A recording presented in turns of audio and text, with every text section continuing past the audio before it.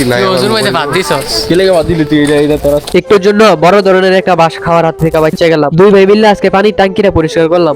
আজকে হলো পবিত্র রমজান মাসের 7 নাম্বার রোজা।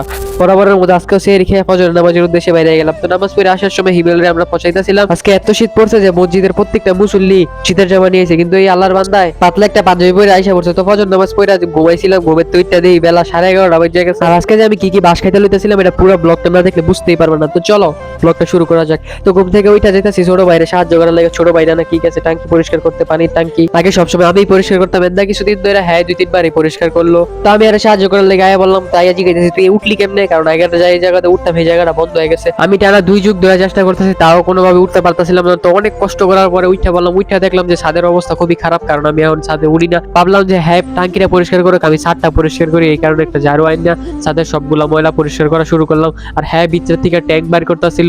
যাদের প্রাকৃতিক ট্যাঙ্ক লাগবে আমার কমেন্ট বক্সে জানাও। তো ছাদ পরিষ্কার করতে গিয়ে টিনের মধ্যে হাত লাগে হাত কেটে গেছে, কিন্তু রক্ত বাইরে যেতে পারে না, আমি ধরে রাখছিলাম। তো আমি ছাদের অর্ধেক পরিষ্কার করতে করতে হ্যাঁ দেখলাম ট্যাঙ্কিটাও পরিষ্কার করে লাইলো। এখন ট্যাঙ্কির মধ্যে যে আয়রন গুলো আছে ওইগুলা একটা জালি দিয়ে উঠাইতেছে। যখন আমগো ট্যাঙ্কিটা পরিষ্কার করতে যাই তখনই দেখি যে আমগো প্রাকৃতিক ট্যাঙ্ক দিয়ে পুরো ট্যাঙ্কি ভরে থাকে। ইমেলাই আমার ডাক্তার কইতেছে বেশি সময় নাই, তুই তাড়াতাড়ি নেমে যা গোসল কর। আর এদিকে আমি ছাদটা পরিষ্কার করে লেছি। তো ভাবলাম যে ছোট ভাইরা যেহেতু এত ঘষাঘষি করতেছে তা আমি একটু সাহায্য করি, এই কারণে আমি একটা লোহা জালি আইন না তারপর এটাতে 2-3টা করে ডলা দিলেই দেখলাম যে সব যত রঙের দাগ আছে সব উঠে যাইতেছে। এখন আমি আপনাদের সবাইকে একটা জাদু দেওয়া দেন, আমি ট্যাঙ্কির ভিতরে ডলাডলি করতেছি। এখন আবার দেখেন আমি বাইরে দাঁড়ায় ভিডিও করতেছি। এডিটিংটা সুন্দর না দাঁড়ান একটু দেখাই, এই যে দেন হ্যাঁ আমার ভিতরে ডলাডলি করতেছে, মানে এটা পুরোই একটা এডিটিং। তো আমি একটা এডিটিং এর ক্লাস নেবো ইনশাআল্লাহ। আপনারা যারা যারা শিখতে চান তারা আমার ফেসবুক পেজে লাইভে জয়েন হবেন। তারপরে আমি আরেকটা জিনিস লক্ষ্য করলাম যে আমগো গাছের মধ্যে আমি একটু বড় হয়ে গেছে গা, ভাবলাম যে বেশি দিন লাগবে না, রোজার পরেই খাইতে পারবো। হঠাৎ করে মোবাইলের দিকে তাকায় দেখলাম যে একটা 18 বেজে গেছে। তারপরে চঙ্গড়া নিয়ে নামে আইয়া দেখলাম জিসান রায় হাজির। তারপরে খুবই অল্প সময় গোসলটা কইরা আমি দৌড়ে গেলাম মসজিদে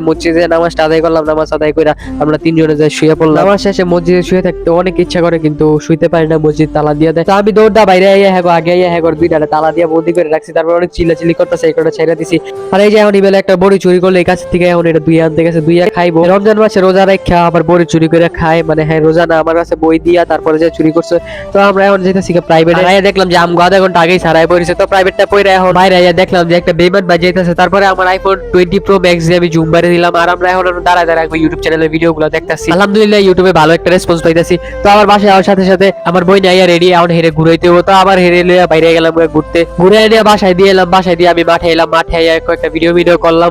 তারপরে দেখতেছিলাম মাঠের অবস্থা, মাঠের মধ্যে কেউ নাই। তো এখন আমি টুইটি করা শুরু করলাম, দেখেন আমি কই যাই। এখন এলাম ইট খোলার মধ্যে আইয়া গাড়িটা ঘুরে আমি বাইপাস রোডে বললাম, বাইপাস রোডে আমি প্রকৃতির প্রেমে পড়ে গেলাম। এত সুন্দর ভিউ হইতেছিল, চারিদিকে সূর্যের আলো, আবার ঠান্ডা বাতাস এবং পরিবেশটাও খুবই ঠান্ডা। তো ভাবলাম যে এত সুন্দর পরিবেশে গাড়িটা একটু পরিষ্কার করি। তো এটা কইয়া মোছামুছি শুরু করে দিলাম। আর গাড়িটা মোটামুটি একটু শান্তি পাইবো যে এত সুন্দর পরিবেশে আইয়া আমার কত সেবা যত্ন করতেছে। তো সামনে না মোছা শেষ হয়েছে, এখন এই পাশে যাইয়া মুছতাছিলাম। এরপর দিয়ে হঠাৎ করে হাতে রুমালটা পড়ে গেল। তারপরে উড়ে তাকায় দেখলাম যে র্যাপ গেল, কপালওয়ালা সেনাবাহিনী যাই রে, তাহলে আমার নামায় কানে ধরায় দাঁড়া করে রাখলে আমি শিওর। একবার আমি ধরাও খাইছিলাম, কিন্তু তখন মারে টারা নাই, কিন্তু পানিশমেন্ট হিসাবে দিছিল যে গাড়ি রে নাকি ধাক্কায় অনেকখানি দিতে হইব। তো এখন আমি আই পড়ছি দক্ষিণ পাড়া দিয়ে শিবপুর দিয়ে আবার এলাম চৌরাস্তা দিয়ে আইয়া বললাম বাসায় গাড়ি রাখ কেমন বাজাইতেছি আসন নামাজ। তো নামাজে উজু করার সময় 3টা বড় ভাই বসছিলাম মাঝখানে। তারপরে একজন পাত দিছে, তারপরে আরেকটা বড় ভাই কইতেছিল যে কিরে পাত দিলি কি লিখে। এটা শুনে সাথে আমার সাথে রিমাসের মধ্যে একটা বুদ্ধি হলো। তারপরে আমি হিমেলের সাথে শেয়ার করলাম। তো দেন হিমেলে আর আমি মিলে জিসানকে কি কইলাম, ওজুর মধ্যে ভাত দিছস কি লাগে বাদ দিলি তুই এটা তো হ্যাঁ অনেক বড় একটা মিথ্যা অপবাদ দিয়া মজা করতে করতে বাসায় বললাম। বাসায় দেখলাম আম্মু ইফতারির লেগে আনারস কিনেছে। তারপর আবার বাসায় যাওয়ার সাথে সাথে আব্বু আমার দিয়া পাঠাই দিল